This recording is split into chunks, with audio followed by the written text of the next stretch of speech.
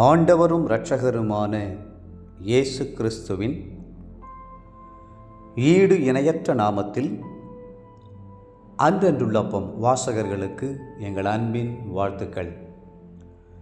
2024 ஆண்டு ஆகஸ்ட் மாதம் 7ஆம் தேதி புதன்கிழமைக்குரிய தின தியானம்.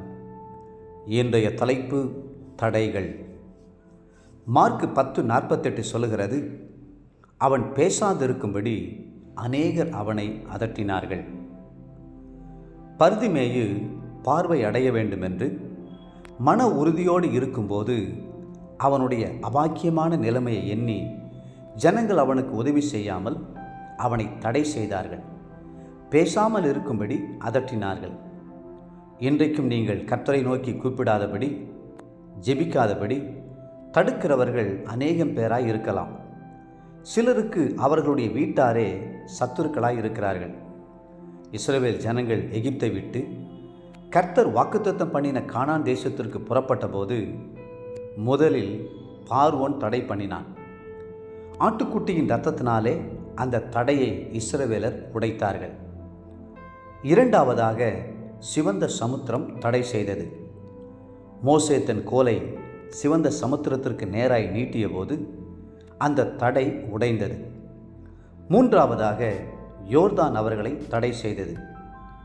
உடன்படிக்கையை சுமந்த ஆசாரியர்கள் அதில் கால் வைத்தபோது யோர்தான் அவர்களுக்கு வழி கொடுத்தது. யோசுவா 3:13. பின்பு கானான் தேசத்திற்குள் பிரவேசிக்க முடியாமல் எரிகோ மதில்கள் தடையாய் நின்றன. ஆனால் இஸ்ரவேல் ஜனங்கள் துதியோடு சுற்றி வந்தபோது எரிகோவின் மதில்கள் நொறுங்கி விழுந்தன. தடைகள் தகர்ந்து போயின. உங்களுடைய ஆவிக்குரிய ஜீவியத்தில் நீங்கள் முன்னேறாதபடி தடுக்கிற தடைகள் எவை? சிலருக்கு சூழ்நிலைகளாய் இருக்கலாம், சிலருக்கு கடன் பிரச்சனைகளாய் இருக்கலாம், சிலருக்கு தீய மனிதர்களுடைய சூழ்ச்சியாய் நிற்கலாம். நம்முடைய தேவனாகிய கர்த்தர் தடைகளை தகர்ப்பவர்.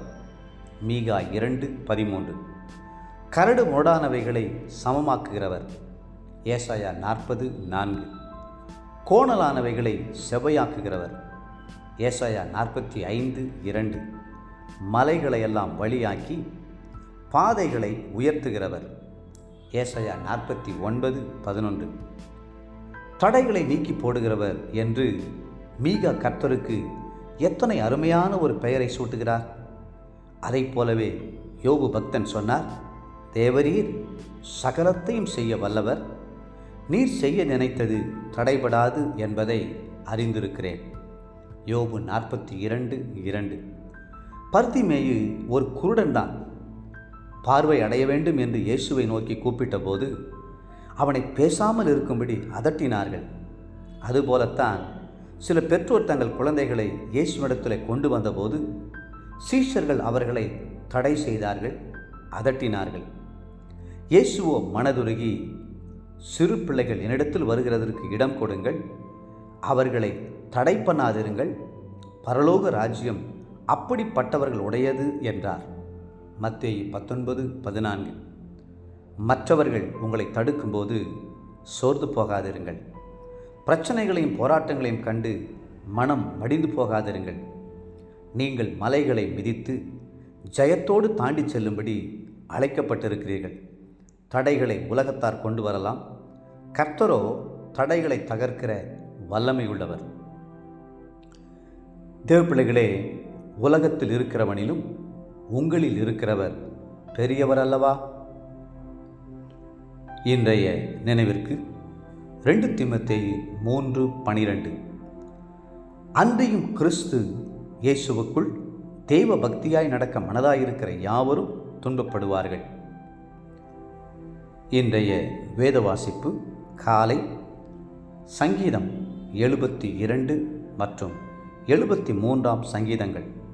மாலை ரோமர் 9ஆம் அதிகாரம் 1-15 வசனம் முடிய. அன்புக்குரிய அன்றன்றுள்ளப்பம் வாசகர்களே, மீண்டும் உங்களை வாழ்த்துகிறோம். தடைகளை நீக்குகிறவர் உங்களுக்கு முன்பாய் கடந்து செல்கிறார். கர்த்ததாமே தடைகளை நீக்கி உங்களை ஆசீர்வதித்து மென்மேலும் உயர்த்துவாராக. ஆமென்.